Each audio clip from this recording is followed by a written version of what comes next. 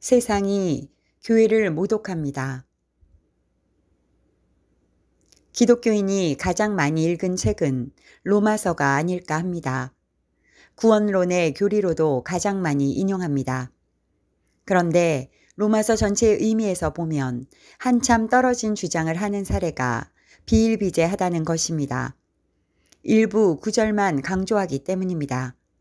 그럴 때마다 안타까운 마음이 드는 것은 그들이 거짓 교리에 빠져 있으면서도 깨닫지 못하기 때문입니다. 가장 빈번하게 충돌하는 것은 믿음과 행위가 서로 싸우는 것입니다. 연합이나 조화가 아니라 서로 배제하고 다투고 있습니다. 이는 마치 예수와 그리스도가 싸우는 것과 같이 어리석은 일입니다. 로마서에서 주로 인용되는 교리는 믿음과 은혜 외에 더 추가할 것이 없다는 주장입니다. 추가할 것에는 심지어 죄나 행위나 계명이나 구약과 예수님의 가르침이 포함되기도 합니다.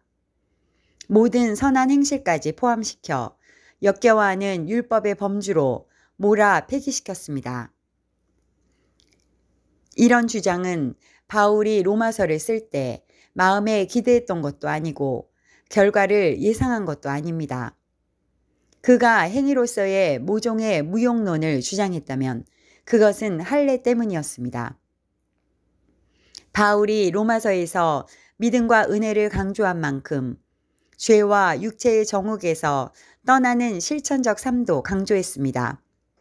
죄가 더한 곳에 은혜도 더했다는 교리에 의한 역설적 모순입니다. 더 많은 은혜가 있을 수 있도록 계속 죄를 지읍시다. 이런 주장을 하는 이들에게 바울은 단언했습니다. 절대 그럴 수 없습니다. 그러나 바울은 로마서를 읽고 오해할 것을 예상했는데 그 예상은 적중했습니다. 절대 그럴 수 있습니다. 대거 그런 자들이 나타났습니다. 현대 신학에서도 삶은 없고 다 그렇게 지식적으로 가르칩니다. 자칭 구원론의 전문가로 부르는 자들이 구원의 길에서 미끄러지고 말았습니다. 심지어 베드로나 야고보, 사도 요한도 당대에 이 문제를 염려했고 그런 사람들이 있었기에 사도들의 서신에서 공통적인 주제로 다루었습니다. 뿐만 아니라 현대 교회에서는 더 중차대한 문자로 비화되었고 보편적인 교리로 자리 잡기에 이르렀습니다. 그렇다면 왜 이런 오해가 생겼을까요? 어디서부터 잘못되었는지 그 뿌리를 캐보려고 합니다. 바울은 죄의 종과 의의 종을 대비하여 비교했습니다. 죄를 짓는 자마다 죄의 종이 되고 의를 행하는 자는 의의 종이 된다는 것입니다. 이것은 연합의 원리에서 비롯되었습니다. 죄를 지으면서 이 의의 종이 될 수는 없습니다. 그렇게 말한다면 거짓말하는 자이며 위선자입니다. 바울도 믿음으로 의롭게 된 사람은 죄를 짓지 않는다고 썼습니다.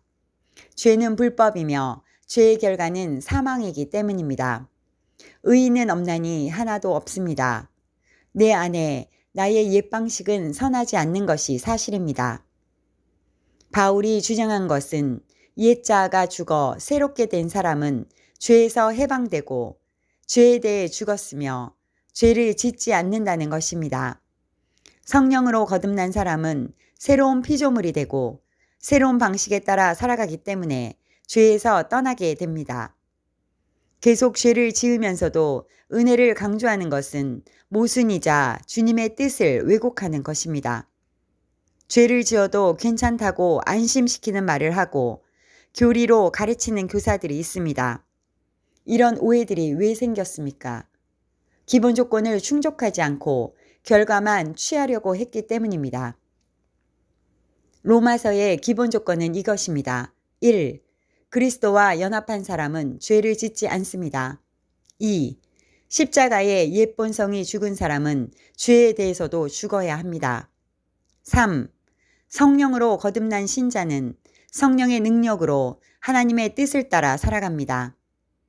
세 가지 조건을 충족하면 죄에서 자유자가 되고 죄를 짓지 않을 것이라고 바울이 쓴 것입니다. 사도 요한도 그의 서신에서 같은 주제를 전했습니다. 이 조건은 신부가 갖추어야 할 특징이기도 합니다. 성령으로 육체의 정욕을 죽이면 죄와 사망에서 해방되었기 때문에 하나님의 뜻대로 살아갈 수 있습니다. 이는 그리스도와 연합한 사람이며 육체의 소욕을 따라 살지 않게 됩니다. 육신에 대한 옛 본성의 지배력으로부터 벗어나는 것입니다. 이 상태가 그리스도의 새 방식입니다. 그러나 많은 사람들이 기본 조건을 충족하지 않은 상태에서도 여전히 옛 방식으로 살아가면서도 성령의 능력대로 살지 못하여 육체의 소욕대로 살면서도 의롭다며 자신을 속이고 있습니다. 그들은 자신들의 삶을 고치는 것을 거절했습니다. 옛 방식에 계속 머물러 있는 상태에서도 기본 조건을 충족하지 않아도 괜찮다는 교리가 교회에 만연했습니다. 그 때문에 교회는 세상에 빛이 되는데 실패했고 불신자들에게 하나님의 이름이 모독을 받았습니다. 언론, 방송, 영화, 드라마까지 교회를 모독하는 일에 나서고 있습니다. 우리가 옛 본성에 따라 살면 반드시 죽을 것입니다. 그러나 성령으로 몸의 행실을 죽이면 살 것입니다. 하나님의 영의 인도함을 받는 모든 자는 하나님의 아들입니다. 신앙에는 양날의 검이 있습니다. 구약과 신약, 유대인과 이방인, 믿음과 행실이 있습니다. 인자하심과 준엄하심이 있습니다. 이것을 굳이 나누려는 어리석은 자들이 있습니다. 마치 나는 육신을 위한 양식을 먹지 않고 영의 양식만 먹겠다는 우둔한 사람과 같습니다. 복음의 자유를 남용하여 믿음으로만 구원을 받는다는 자유를 가지고 육체적인 정욕을 행하는 것이 십자가의 원수로 행하는 사람들입니다. 그러므로 하나님의 인자하심과 준엄하심을 보라. 넘어지는 자들에게는 준엄하심이 있으니 너희가 만일 하나님의 인자하심에 머물러 있으면 그 인자가 너희에게 있으리라. 그렇지 않으면 너도 찍히는 바 되리라. 성령 안에서 생수를 퍼올리고 지혜의 말씀을 구하면 깨닫게 하실 것입니다. 아멘.